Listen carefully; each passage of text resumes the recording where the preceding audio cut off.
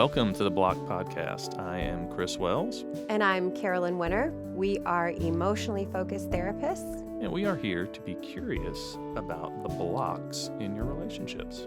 And to learn to see those blocks as opportunities to connect.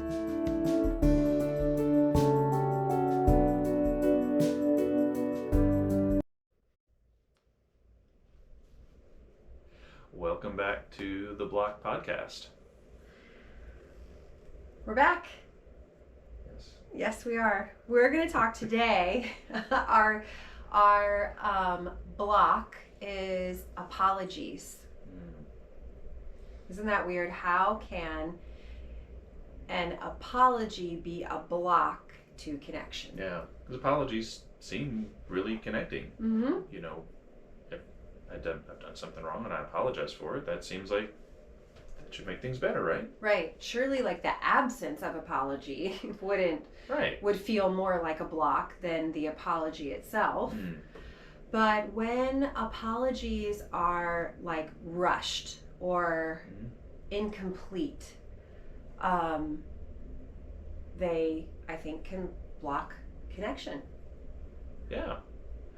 If we just apologize, or maybe if we're asked for an apology and it's not being offered like as a natural outflowing, you know? Sort of like a forced or like with insistence. Right. Apology. You should apologize for this, or you should say I'm sorry, or Yeah.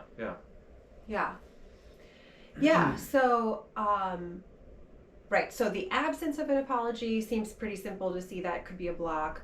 A forced or demanded apology that wouldn't feel super authentic. Or we apologize just to kind of smooth things over because we don't really mean that we're sorry, but we're just saying it to put it behind us, to push it under the rug, to move on. Sort of like under that umbrella of not authentic. And I think this is not anything we talked about in preparation for today, but a lot of times, I don't know if you get this in session with folks, but it can be hard to ask for an apology too. We have this expectation that if I have to ask you for an apology or for whatever my need might be, then it means by definition that you don't genuinely want to give it. And that can be really tricky because we don't always, like, the partner may not always know exactly what's needed. Right. Sometimes we might not even know that we've done anything wrong. And if one partner is maybe expecting an apology for something, but the other doesn't know that there's been a line crossed, or doesn't know that there's been any hurt there, because the other one hasn't really maybe even said anything. Right. Then they don't even know that they've hurt the other one. Yeah. So like the fear of, or the expectation that the apology or the whatever would be the offering would be inauthentic can stop people from asking for what they need. Yeah. I just think that's such a common one that comes up a lot, right? Like if I have to ask you if I have to tell you I want an apology, then you clearly aren't remorseful. Right. But that's not necessarily true. Right. And I think that comes from our protections, right? Where we are anticipating, right? Like the cycle is going, and we are anticipating that it's not going to really resolve, or we're not going to reconnect. Right. Or maybe we know that we've hurt somebody, but if we go to apologize, that's bringing the hurt back up, and there's a fear of, if I go apologize, then we're going to have to revisit all this, and that's going to be awful. Let's just let it lie, and then we'll just wait until it smooths itself over, and then we'll be back to normal. Yeah. So you're really kind of letting people see under the hood of why an apology wouldn't be offered.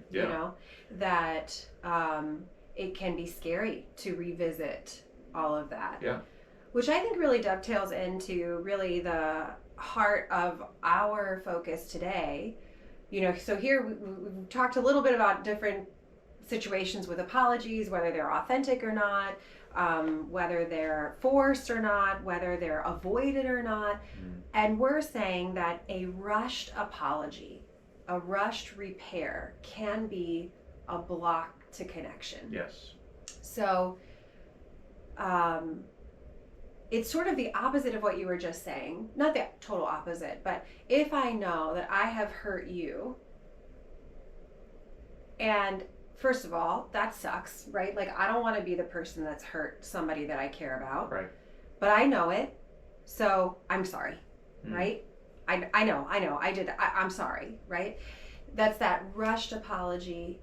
And I imagine on the receiving end, there's like a little bit of like relief to say, okay, at least you're recognizing it. But then the negative cycle can really get going, because I think the person on the receiving end obviously isn't really being heard. Right. Yeah, that doesn't, okay, yeah, you're sorry, but I'm still hurting over here. Right, yeah. Right. The apology doesn't necessarily take the hurt away. Right? So, which is so interesting, because wouldn't you think that an apology would take the hurt away, right? I mean, certainly we can all connect with the fact that we don't want to not hear an apology. I know it's a double negative, but we don't want to not hear an apology when we've been hurt. And so how on earth could it be that when we do hear an apology, it doesn't take the hurt away? Yeah.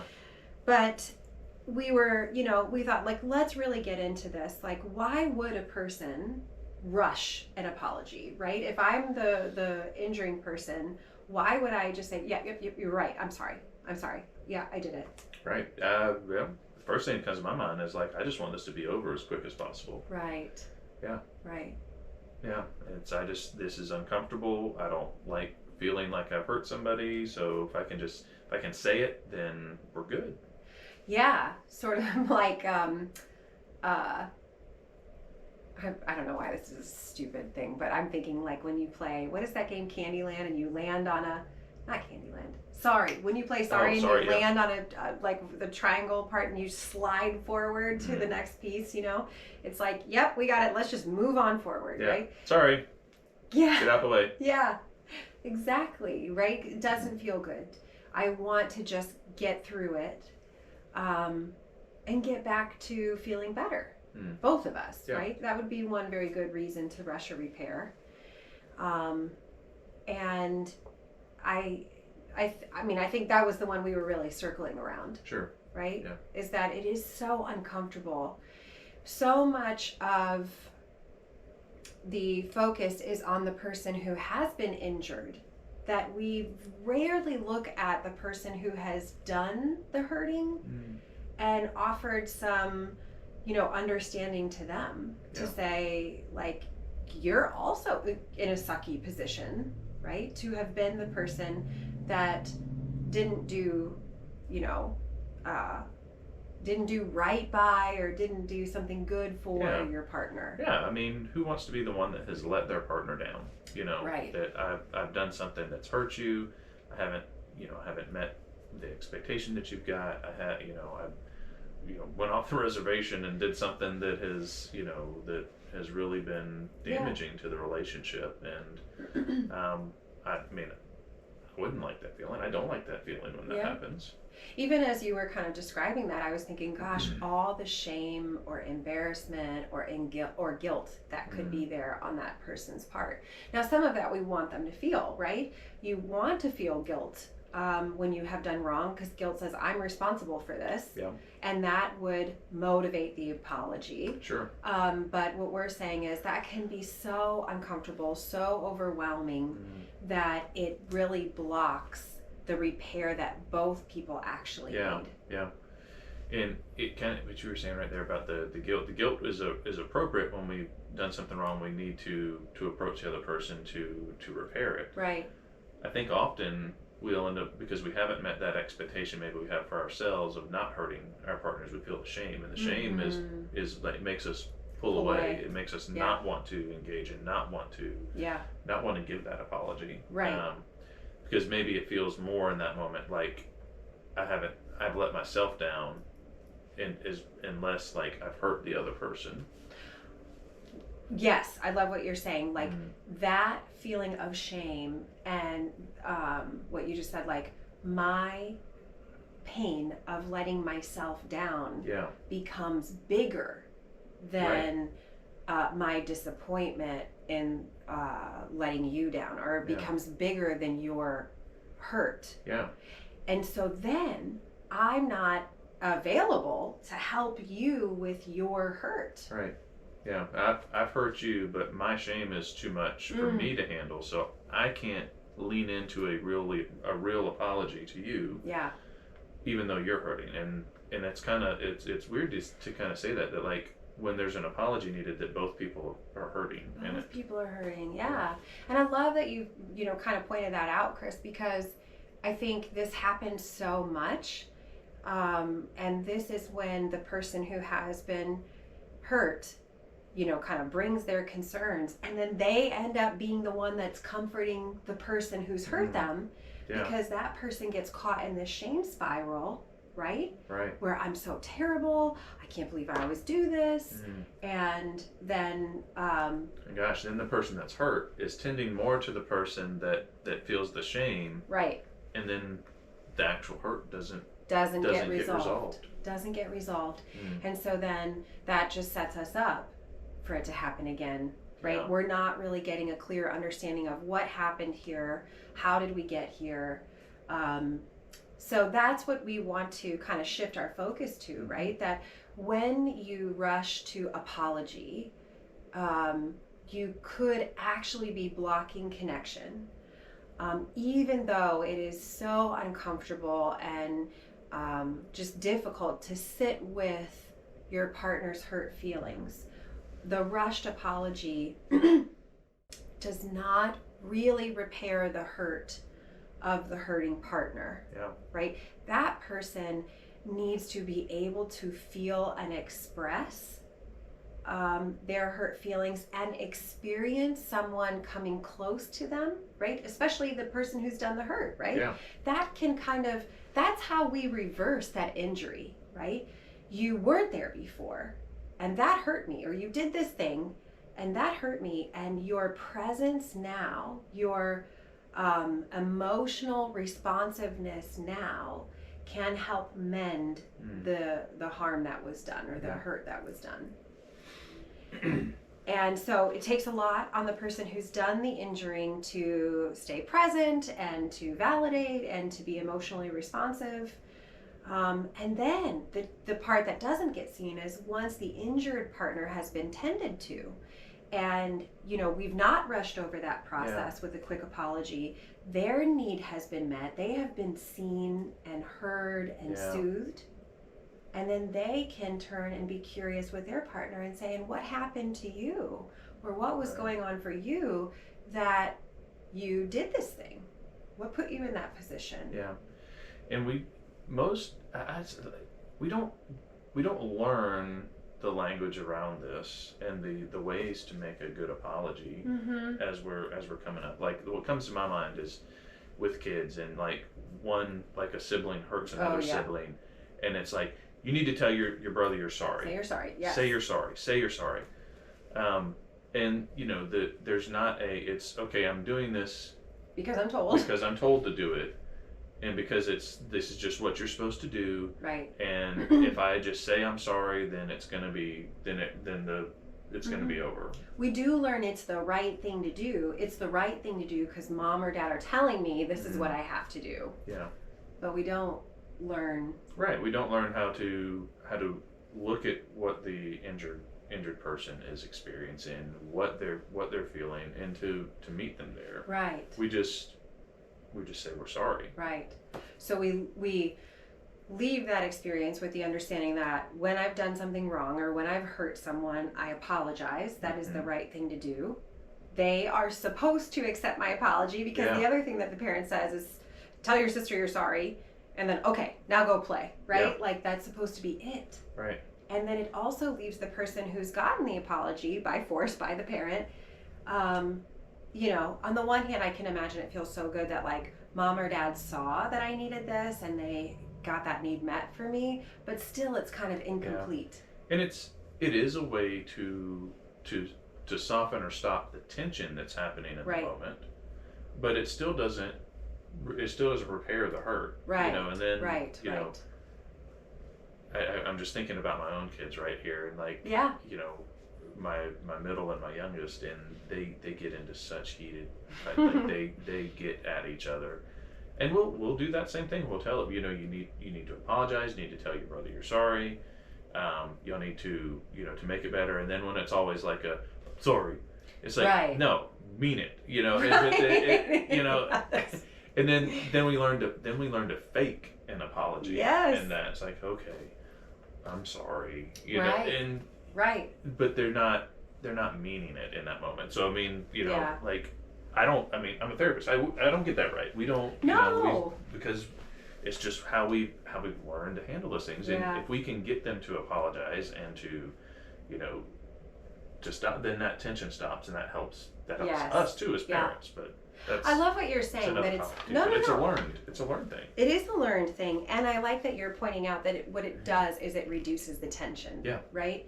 We are teaching, like, so the parent wants to reduce the tension. So the child learns that, and then they become adults that say, here's how you reduce this tension, right? I feel this tension because I have hurt you.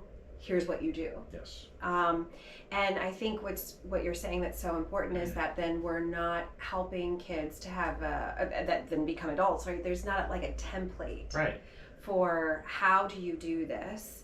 And I think what we're really trying to hold is that leaves both people in bad places. Yeah. Right? The person who has done the injuring, it's maybe not so hard to see that they grow up to say like, well, in those moments, right, we're more susceptible to think I'm a bad person, right? Because I've done a bad thing. Yeah. But if mom or dad don't kind of walk me through and do this very thing, so what was happening for you, buddy? You know, not to like call you out on that. No, it's hard to do. It takes a lot of energy, right? And for the injured person to then be susceptible to think, well, what's wrong with me that I'm so bothered by this? Why can't I just get over this? Yeah. Do you feel like a budding avoidant and insecure attachment or anxious attachment growing? Because these become the beliefs that we carry about ourselves, right? Well, they did say I'm sorry. Why is that not good enough for me? What's wrong with me that I can't just feel better? Yeah. So, and we're talking a lot about, you know, the rushed apologies and how we get it wrong a lot of the time. Right. And not necessarily that we get it wrong. It's just how we've learned to do it. So, sure. But we're not completing repair in that. We're not coming to a complete repair of those things, and they kind of just get left out, or they get just left hanging out there, unresolved, and then, you know, that creates all kinds of different emotions, like later down the road, and different, you know, different negative cycles that come in. But like, what would it be like to use our, you know, our curiosity to be able to make a good repair, you know, and to maybe not have the rushed apology, or not have the rushed apology become a block. Yes. Right. So I like what you're saying. You know, we don't have a lot of examples of this. And so we kind of talked about, and we do this a lot in our workshops, right? There's one particular conversation, it's called Revisiting a Rocky Moment. And we walk through all of the steps to a good apology or a complete apology. And so we thought maybe we could do that. We could role play that today. I think though we should, even though it's like probably easy for folks to imagine, we should role play the non-ideal scenario where there is a rushed apology, and maybe we can just share, you know, kind of what our experience was in that, and then we could do a more complete apology and process that too. Does that feel okay to you? Yeah. Okay, so here's the fun part. Who is going to be the bad guy? Do you have a preference of which position? I don't have a preference. All right, then be the bad guy. Okay, good. I don't like being the bad guy. Okay, good. I'll give you a break. Just kidding. Okay, so... You know, you were late this morning. Yeah. I was. I'm sorry. I'll do better. I won't be late next time. Yeah, I know. It keeps happening. I know. But I said I'm sorry, right? I got it. I heard you. I know. I was late. And I'm going to do better next time. I'm going to work on it. Okay. We'll see. Okay. Want to leave it there? Sure. Or keep going with it? No, that's fine. I can keep going. What more do you want from me? I said I'm sorry. Right. But you can imagine, right, how it can keep going. We just circle the drain with these same statements back and forth. Okay, so first, I'll share, right? Because we're saying, like, nobody sees what it's like to be the bad guy. Yeah. So, you know, I like that you chose that topic because it is specific to our relationship. Right. It is specific to me. I am so aware that I often run late, right? That I want to stretch time. I don't like it about myself. I know it is something that puts you in a bad place. And I just want the heat off me, right? I got it. I heard you. I want you to know, like, I feel like inside, I'm not trying to dismiss you. I'm not dismissing you. I heard you. Yeah. But I don't want to go there. I don't want to feel bad again. Yeah. Right? I just want to bypass feeling bad by saying, I'll do it next time. Right. I'll do better. Yeah, I'll fix it. Right. It's fine. Right. Got it. Let's move on. Yeah. So I'm feeling really uncomfortable within myself, about myself. Right. Is what's happening for me. Yeah. What about for you on the receiving end of that? Yeah, and it's like, oh, well, apparently you don't really care about being late, you know, and, you know, this is, I'm sitting over here hurt because I'm like, I'm waiting around, you know, this is, I feel like you don't care about my time, or, you know, I've got things to do, you know, and why, you just don't, you're not seeing how much that means to me, but then, like, okay, you're sorry? Right. Yeah, well, all right, well, I guess it'll just keep happening. Yeah. Because it's not, I mean, I don't feel like you understand that. You haven't addressed that, like, oh, well. Right, I just say, I'll make it better. You don't know how I'm going to do that. Right, yeah. Right. Yeah, and I, you know, there's all kinds of nuances. Like, well, I know you had these things later on. I'd like you to speak to that. Like, hey, yeah, you know, I did. I have messed up the rest of this day. I mean, we've gone to this place where, you know, all of these other things is going to be cascading problems, and I didn't want to cause that for you, you know. But that's not what I'm hearing. I'm just hearing, I don't care. You know, we're good. Yeah. No, we're not.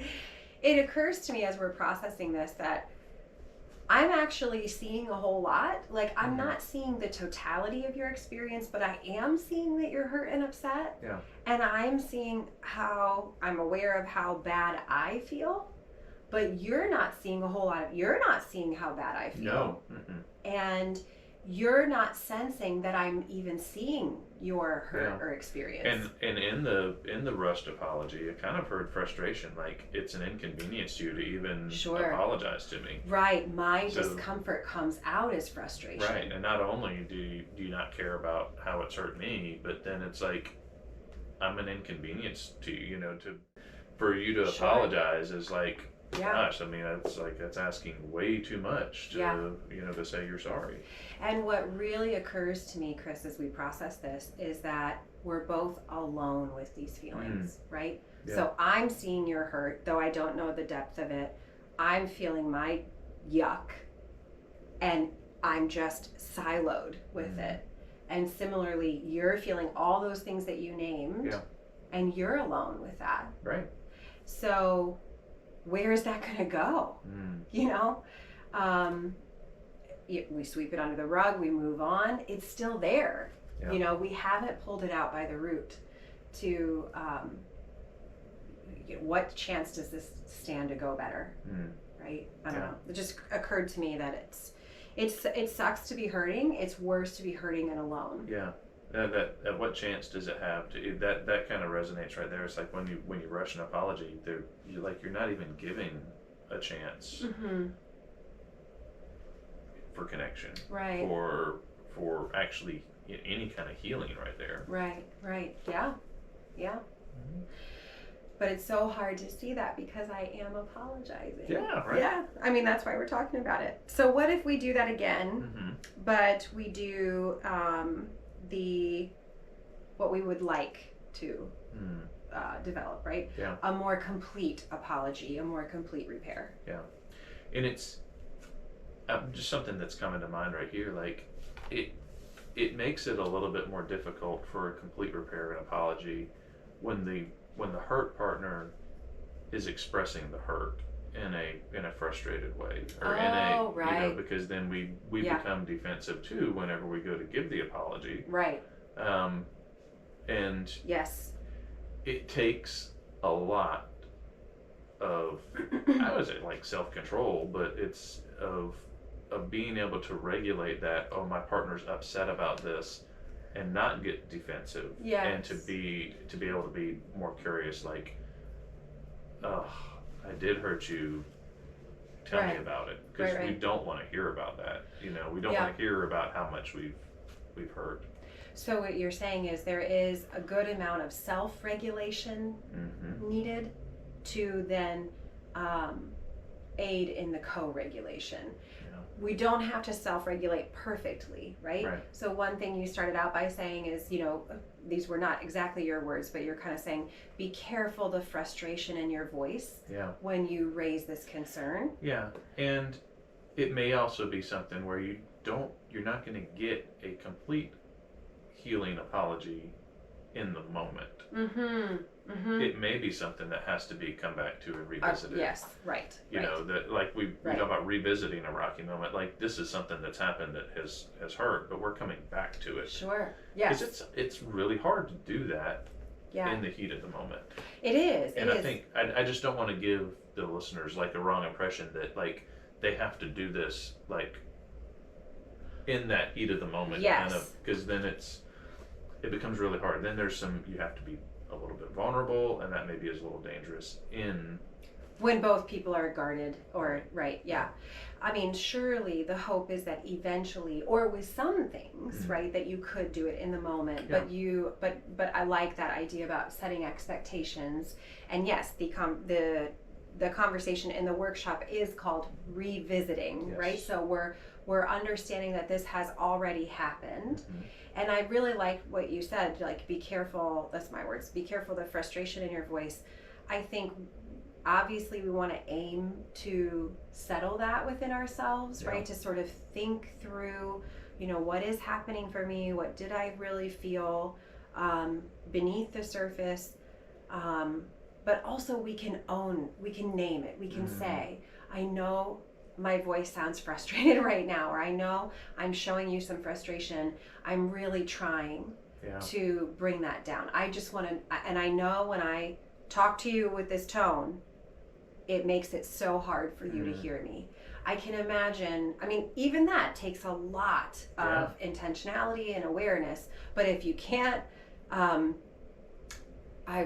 what do people say? Fix your face, like if you can't, if you can't fix your tone, you can take ownership of your tone, right? That either or can be an option to making it safe for my partner because I'm owning my move, which is sort of something that we do in the complete apology. Do you want to move into that example or role play? We can do that.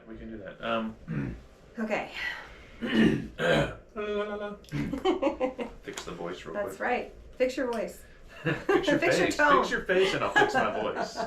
Okay? Got it. Jeez. So can we talk about what happened this morning when you were late? Because I'm still kind of torn up about it. Okay.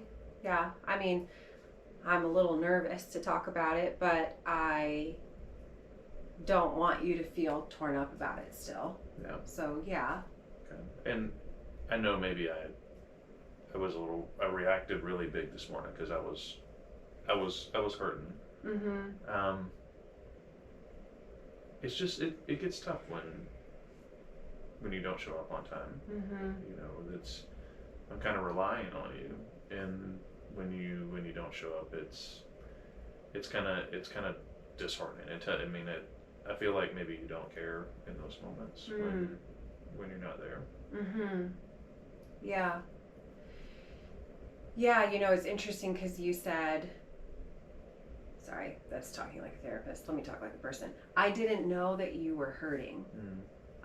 You said you were hurting this morning, but I thought you were just mad. Yeah. You know, because that's what I saw, was that you were mad. So I didn't know that that hurt you. Yeah, it did. But I get it, right? That you're kind of stuck in that time, right? You're waiting on me, and we've got to do this thing, and it matters. And if you were, you know, there feeling like I didn't care, that would hurt. Yeah. And I know you apologized, but it just didn't feel like you meant it in that moment. Yeah, I did.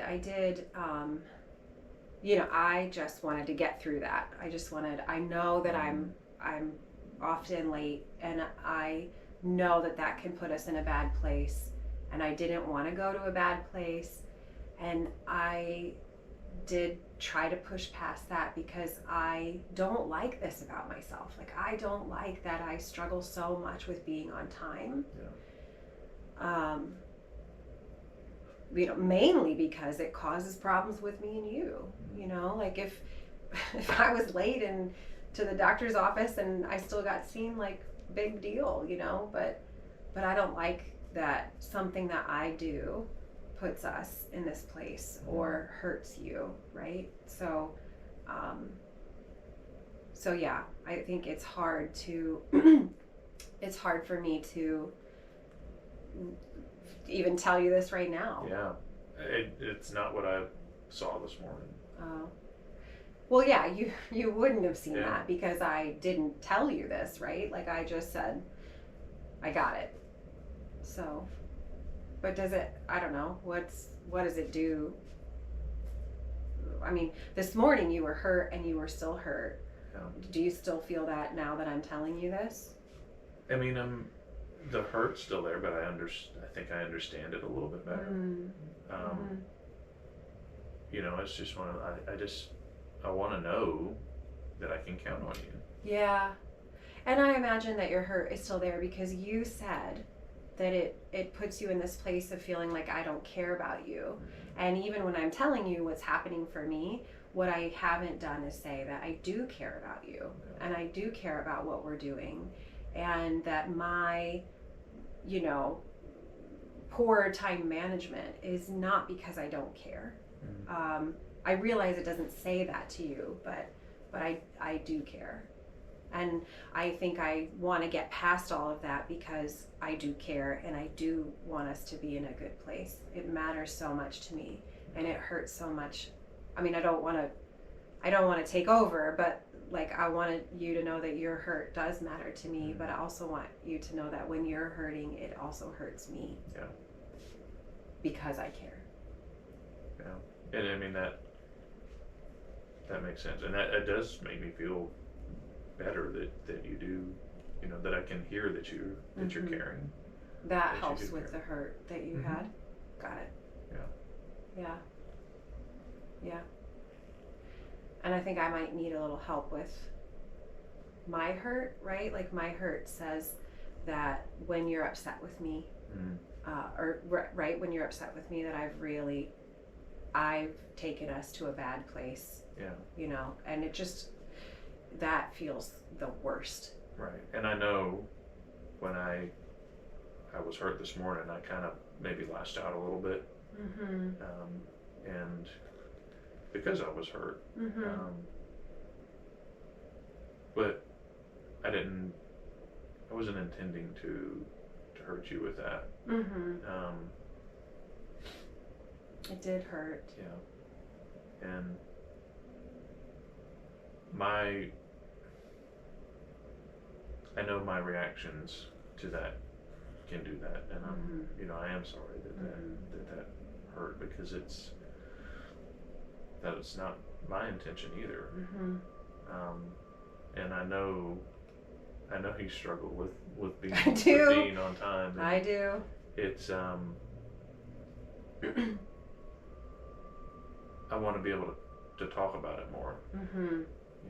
Yeah. Yeah, it does help when you say that that your reactions can hurt. I feel like that helps. Good. Yeah. And I'm sorry that we got there too. And I agree. I want us to be able to talk about it, and I don't want to be so late all the time. Right. Yeah. Okay. Good. Does that feel good? Okay. I think that was It feels more complete than Yeah. Yeah. So what really is coming to my mind, I was like kind of starting to process it while we were still in it, but I was like, dang, that is a lot of responsibility.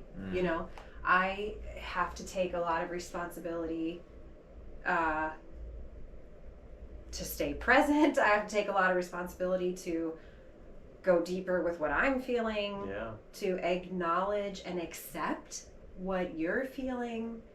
And the whole time we're aiming to stay away from all the details and stay in the emotion. Right. And that's so hard just to be present in that, because we want to go back to the details, the things that hurt us, and, well, if you could have just left 10 minutes earlier, you could have just done this, or you could have just done that. Right. Then, right. And it's really easy to get pulled up into that. So this is not an easy thing to do. No. But the other thing that went through my mind when we were walking through this more complete apology was how, when we do that, our voices change, our pace changes, and that even though there's a lot of responsibility and it's sucky and heavy, that I imagine that when my voice and pace changed, that I made it safer for you to open up and share, and also that is kind of the beginning of the apology, in a way. Yeah, when I can say what I did that hurt you, take ownership of it, and not say it in that, and I can say it from a softer place. It does. I mean, when the tones change, everything slows down. It feels more connecting. Yeah. It feels more genuine. Yeah. It is more genuine. Yeah. Because it's actually speaking from the place of hurt and to the place of hurt. Ooh, I like that. Speaking from the place of hurt and to the place of hurt. That when we rush that apology, those places of hurt are being left alone. Right. They're what's getting swept under the rug. Yes. Yeah. Anything else you want to say about processing that complete apology from your experience before we kind of move to wrap up? Yeah, just it's hard to take ownership of what we do. And that takes a lot. I mean, I think it's the component that keeps us from making full apologies, is that kind of taking ownership for that, because that's where that shame comes in. It's like, I am better than that. I shouldn't have done that. We judge ourselves for those things when we hurt somebody else. And that shame keeps us from wanting to do that, or prevents us from being able to do that sometimes. And that's probably the hardest part, is just owning what we've done. Yeah. Yeah, and it's so human that we're going to make mistakes, and it's even so human that we're going to keep making the same mistakes over and over and over. Yeah. And it makes me wonder how much more we can grow if we could go through this kind of repair process. Because then our energy is kind of freed up, instead of the shame sticking with us, because we're alone with our hurt. We're not speaking from the place of hurt to the place of hurt. I mean, That's a lot of energy to carry that. And if that was freed up because we had both been seen and heard and soothed, might that put us in a different position? We're still going to fail. We're still going to fail the same way, but maybe that's what helps stretch it out to be fewer and further between. Yeah. So hopefully we kind of leave this here with the idea to be curious about, like, what kind of apology do you tend to give? Yeah. Or can you notice when you rush apology? Yeah, I'm curious about, like, what is preventing me from giving a good apology when I do hurt my partner, and even like what maybe keeps me from asking for a full apology. Right. You know. Yeah. Lots of stuff to be curious about. Be curious. Be curious. If you are feeling stuck, or if anything in this episode resonated with you, where this is kind of going on in your relationship and you would like some more support through this, we've got some resources for you. Yeah, you might want the support of an EFT therapist, and you can find one in your area by going to iceeft.com and search by location. Or we would love to have you attend one of our workshops, and we will include registration information in the show notes.